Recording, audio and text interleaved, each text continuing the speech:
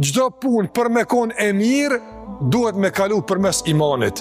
Nëse një punë nuk bëhet me iman, nuk ka mundësi me kon punë e mirë. Po flas punë e mirë në kuptim të meritës që tjetë e shpërblyer tek Allahu te bareke u teala. Andaj nëse dikush do me bëni punë të mirë, duhet me qenë i motivuar për këtë punë mirë nga imani. Andaj imani është motivues i veprës mirë, por është edhe ai që e legjitimon veprën e mirë. Nuk ka mundësi një punë me u bë përmes imanit e me kon e keqe. Përkundrazi, madje ndodhe kundërta, punë të këqija bën në mungesë të imanit. Punë të këqija bën kur imani është i dobët dhe nuk është funksional.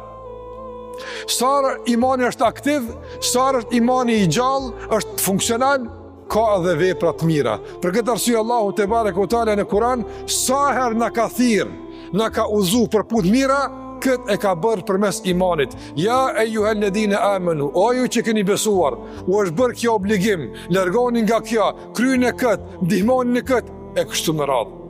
Pastaj edhe ka raste shumë të ku Allahu thot, largoni nga kjo, bëjni këtë.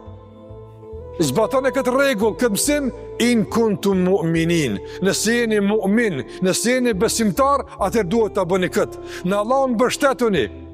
Keni frikë Allahut e mënduar, e kështu me radhë, nëse jeni besimtar. Andaj besimi është boshti i lëvizjeve tona, edhe është motivuesi i lëvizjeve tona, madje është edhe ai që i legjitimon veprimet tona. Një musliman çdo fjalë, çdo veprim që e bën, duhet ta ketë legjitimuar nga imani i tij. Çdo vepër të ndërruar vëllezër, merr në rregull në jetë. Çdo fjalë dhe vepër që nuk e legjitimon imanin si të mirë, largohu prej saj.